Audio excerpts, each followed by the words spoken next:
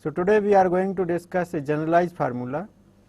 With the help of that, we can find out the head loss by knowing the F for any kind of flow, whether it is laminar flow or whether it is turbulent flow, right. So, we know this coefficient of skin friction drag CF is defined as tau W divided by 1 over 2 rho v square, where CF is some dimensionless number. CF is some dimensionless number. What is tau W? Tau W is wall shear stress. Shear stress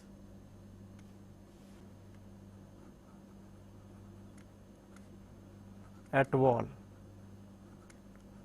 or at solid surface. Rho is density, V is the average velocity. So, in any situation wherever we have a flow through a closed duct, this is the limitation of the definition of skin friction coefficient. CF is equal to tau W divided by 1 over 2 rho v square. CF is known as coefficient of skin friction. Now, we are going to deal with the pipe flow situation. So, this is a pipe in which we have a fully developed flow. Fully developed flow means this fluid is fully filled and it is developed, means velocity profile remains constant. And if we select some control volume, which we have selected here, and draw the free body diagram of this selected control volume, then on this side we have the piezometric pressure, which is designated by P star. On this side we have a pressure P star minus del P star. Why we have minus del P star? Because to overcome the frictional resistance, the pressure must be reducing in the downstream side. So, in the direction of the flow, the pressure must be reducing to overcome the frictional resistance. Now, since the real fluid is flowing, so it means that at the wall or at any periphery, you take at any radius, but here we are taking at wall and this is the enlarged view.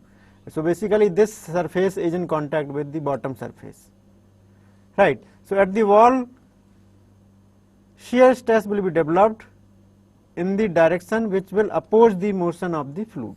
So, this is the shear stress which is designated here with the help of tau W. This is acting in the left direction. So, on this control volume, we have applied all the forces acting in x direction.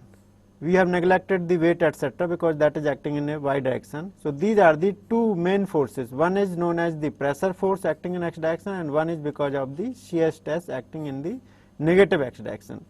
Now, since flow is a fully developed flow and steady, so it means that summation of forces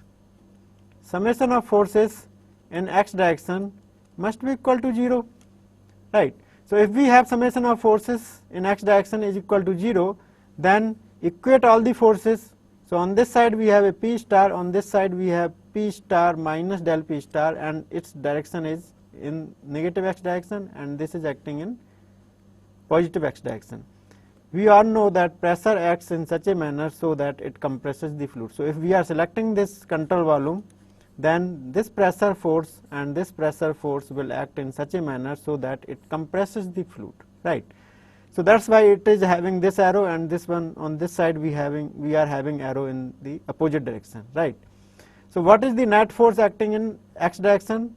In x direction it is P star multiplied by this area projected area is A.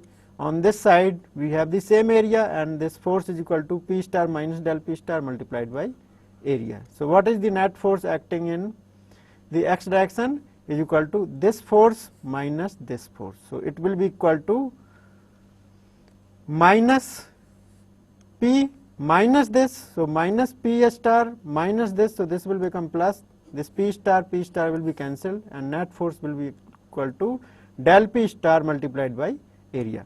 Now, this del P star multiplied by area is acting in negative x direction. But since we have considered the sign convention, it was acting in a minus, this was minus direction and it was shown here with the help of this. So this is the positive x direction basically, right? This one minus this one. So what is the force in x direction is equal to del P into A star.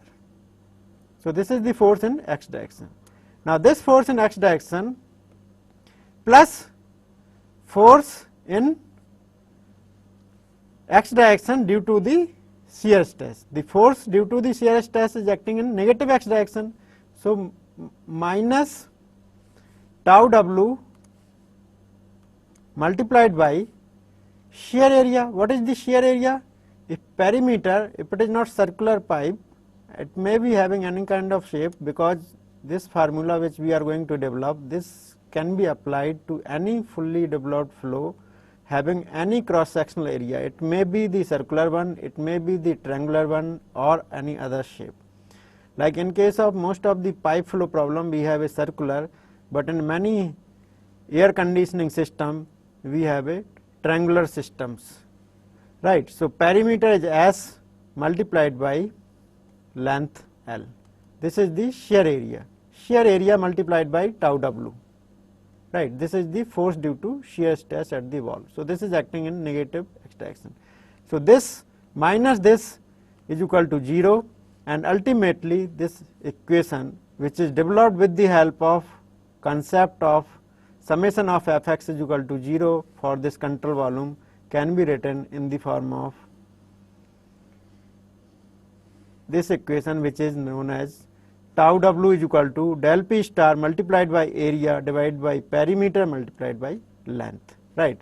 So this is the one basic equation which is developed for this control volume for steady flow summation of Fx is equal to 0.